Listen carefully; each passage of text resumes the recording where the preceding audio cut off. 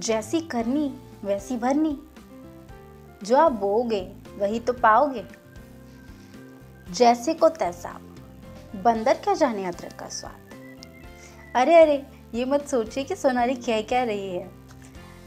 Actually guys, मैं बस आपको याद दिला रही थी कि हम हिंदी लैंग्वेज में या फिर किसी भी लैंग्वेज में जिस तरीके से मुहावरे सुनते हैं ना हर रोज़ की लाइफ में, या फिर हम खुद भी उनका इस्तेमाल करते हैं। ओके, तो मैं आपको बस ये बताना चाहती हूँ कि जिस तरीके से हम दूसरी भाषाओं में मुहावरों का इस्तेमाल करते हैं, उसी तरीके से इंग्लिश में भी मुहावरे होते हैं। बट डू यू नो कि मुहावरों को इंग्लिश में क्या कहते हैं और किस तरीके के मुहावरे होते हैं? तो हम आज के वीडियो में देखने वाले हैं मुहावरे in English language. Okay, but before that, I once again welcome back you on my YouTube channel, which is Learn English with Sonali, and I am Sonali, guys. So let's get started with our today's topic. But before that, make sure that if you are new on this YouTube channel, then please subscribe this YouTube channel and hit the bell icon so that you will receive latest videos and updates of Learn English with Sonali's YouTube channel. Okay, so guys, English में मुहावरों को कहते हैं idioms. IDIOMS, idioms, यानी कि मुहावरे. Okay, so we are going to see 10 मुहावरे, that is 10 idioms in English language with Hindi meaning. Okay, and you will be able to relate with this and you will enjoy this video, so make sure that you watch this entire video. Okay, and please implement this technique in your learning in your journey of learning English language, because मुहावरे होते हैं जो हम कोई भी भाषा बोलते हैं तो उससे और मज़ेदार बनाती है। हमारी बात इजीली हम किसी से कह पाते हैं।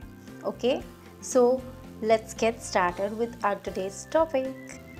So initially let us see the meaning of idioms. Okay, यानी कि मुहावरों का हम idioms का इंग्लिश में मीनिंग देखते हैं। So the idiom is group of words or expression or words. Idioms मतलब वो वर्ड्स होते हैं या फिर वो ग्रुप ऑफ वर्ड्स होते हैं या फिर वो एक्सप्रेशन होता है जिन वर्ड्स का मीनिंग उनका जो लिटरल मीनिंग होता है, यानी कि जो डिक्शनरी का मीनिंग होता है उन वर्ड्स का, उससे अलग मीनिंग होता है। The meaning of idiom is different from the literal meaning of those words. Okay, जैसे कि हम जानते हैं मुहावरे किस लिए इस्तेमाल किए जाते हैं। जैसे कि दूसरी भाषाओं में हम मुहावरे इस्तेमाल करते हैं, तब उनका मीनिंग, उन वर्ड्स का मीनिंग उस मुहावरे के मीनिंग से अलग होता है। ओके, तो वर्ड टू वर्ड हम डिक्शनरी का मीनिंग नहीं ले सकते। So this is the thing, this is the meaning of idioms, that literal meaning of idiom is different from the actual meaning of that idiom. तो पहला idiom है जैसा बोओगे वैसा ही पाओगे, as you sow so shall reap. दूसरा है जैसे को तैसा, tit for tat.